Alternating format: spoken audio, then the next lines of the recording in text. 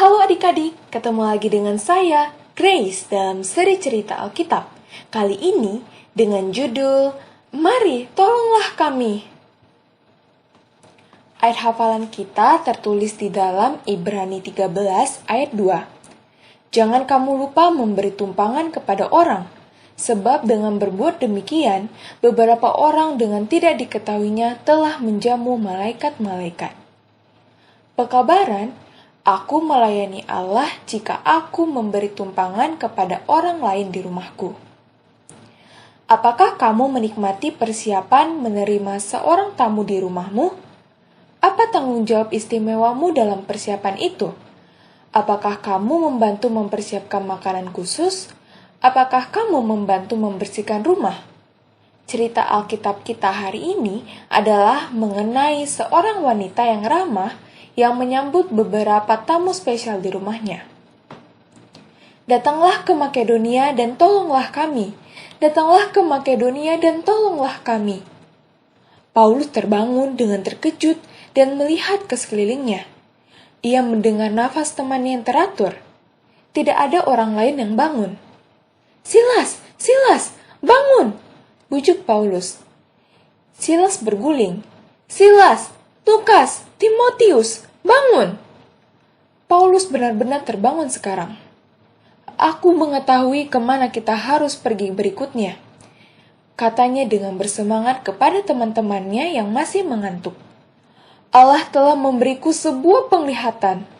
Aku melihat seorang pria dari Makedonia berkata, "Datanglah dan tolonglah kami, datanglah dan tolonglah kami." Silas menguap dan merenggangkan otot. Itu bagus, Paulus. Kita bisa naik perahu dari sini ke Neapolis. Paulus tidak cukup istirahat malam itu. Ia mengetahui Allah sedang menuntun mereka ke kota-kota di Makedonia, dan ia tidak sabar untuk memulai perjalanan. Dalam waktu singkat, keempat sahabat itu berada di Filipi, sebuah kota di Makedonia. Mereka senang membagikan kasih mereka kepada Yesus untuk orang lain. Ketika hari Sabat tiba, Paulus berkata, "Mari kita pergi keluar kota dan duduk di tepi sungai untuk perbaktian kita." Ketika mereka sudah dekat dengan tepi sungai, mereka melihat sekelompok wanita yang sudah berkumpul untuk berbakti. "Boleh saya bergabung dengan kalian?" tanya Paulus dengan sopan.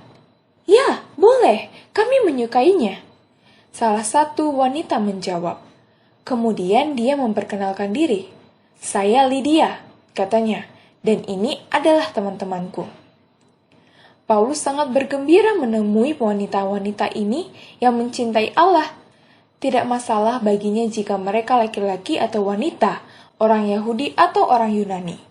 Paulus ingin membagikan kasih Yesus kepada setiap orang. Begitu mereka duduk, Paulus melayangkan doa pendek dalam hati.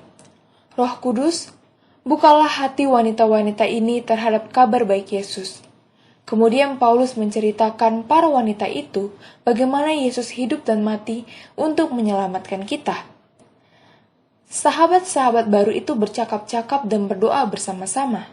Kemudian beberapa wanita itu pergi, tetapi Lydia tetap di tempat.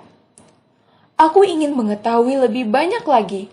Aku ingin mengetahui mengapa Yesus mati untukku," katanya. Hari itu juga, Lydia beserta keluarganya dibaptiskan. Lydia begitu gembira. "Kumohon, Paulus, bersediakah engkau bersama teman-temanmu menginap di rumah kami?"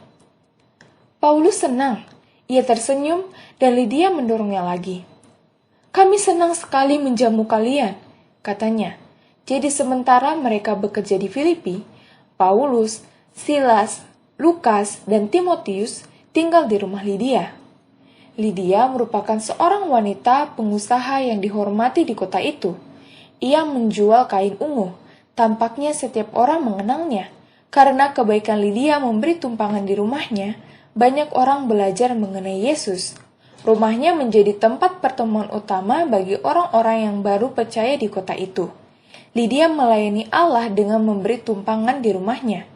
Hari ini, engkau dapat mengajak keluargamu untuk memberi tumpangan kepada orang lain juga, atau untuk makan bersama adalah salah satu cara memberikan kasihmu kepada Yesus. Mungkin engkau tidak bisa mendapatkan seorang tamu untuk tinggal di rumah seperti Lydia, tetapi dimanapun engkau berada, engkau bisa membantu membuat orang lain merasa nyaman dengan bersikap ramah dan bersahabat.